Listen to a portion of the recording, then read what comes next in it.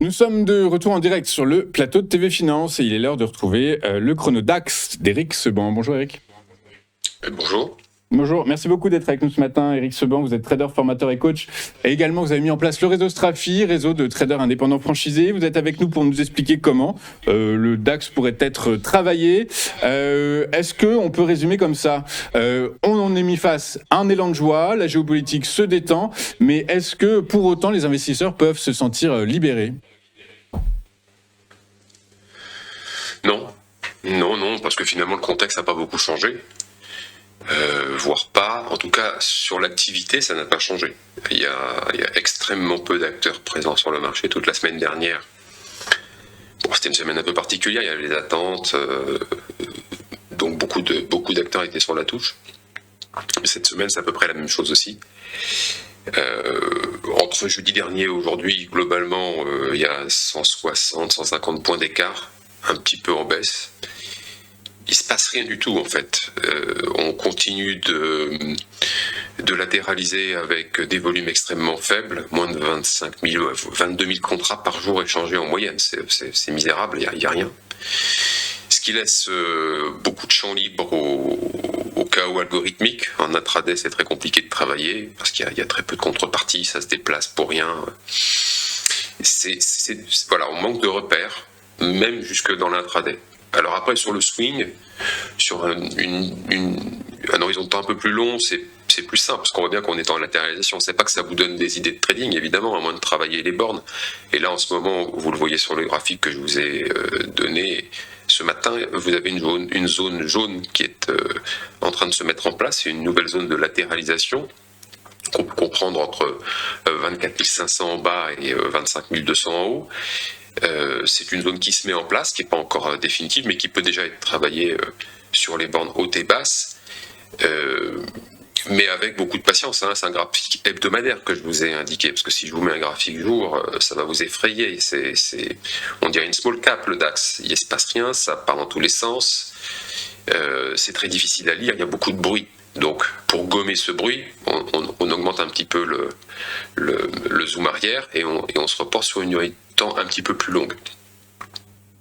Donc, vous voyez que jeudi et vendredi, le DAX a monté. Il est allé rechercher en double top la zone de fin mai. C'est une zone dans laquelle il y a beaucoup de résistance. On en avait déjà parlé la fois où c'était venu et je vous avais dit les résistances sont fortes, ça m'étonnerait qu'on les passe. On est reparti en arrière, on y revient, double top, et puis on est reparti en arrière ensuite. C'est ce qu'on est en train de faire, en tout cas cette semaine.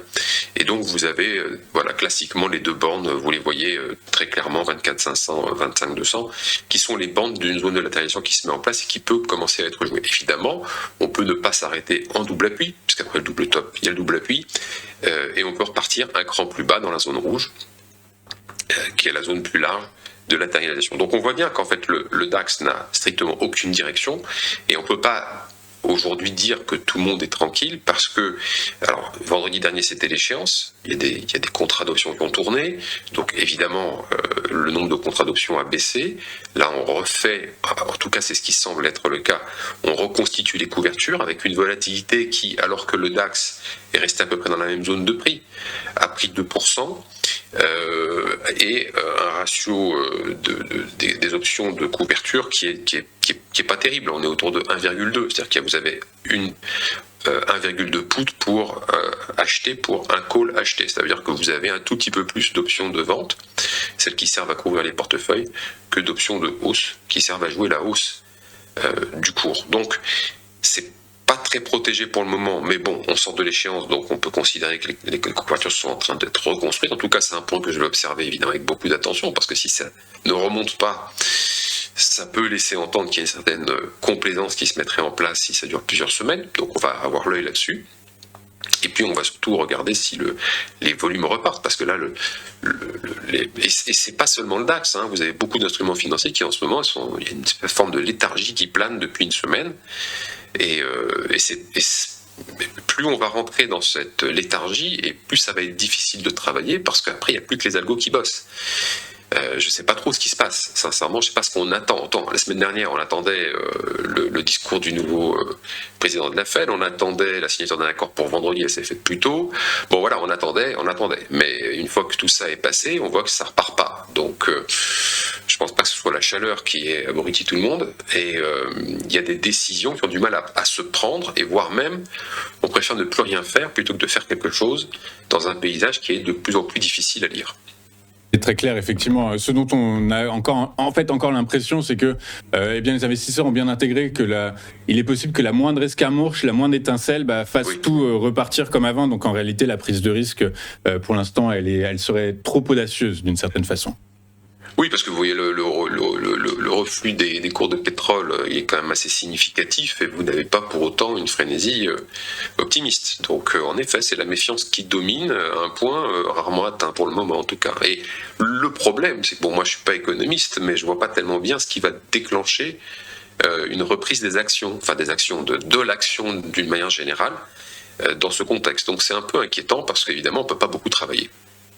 L'autre, on pourrait dire, j'en sais rien, là je réponds un peu comme ça à la volée, mais l'autre catalyseur sont les politiques monétaires. Il faut attendre que, notamment la Banque américaine, change son braquet de vue. Alors a priori c'est prévu pour septembre, mais qu'elle annonce une première baisse de taux, une première hausse de taux. Non, en plus c'est une hausse de taux qui est annoncée. Donc en vrai, non, il n'y a pas de catalyseur côté politique monétaire non plus.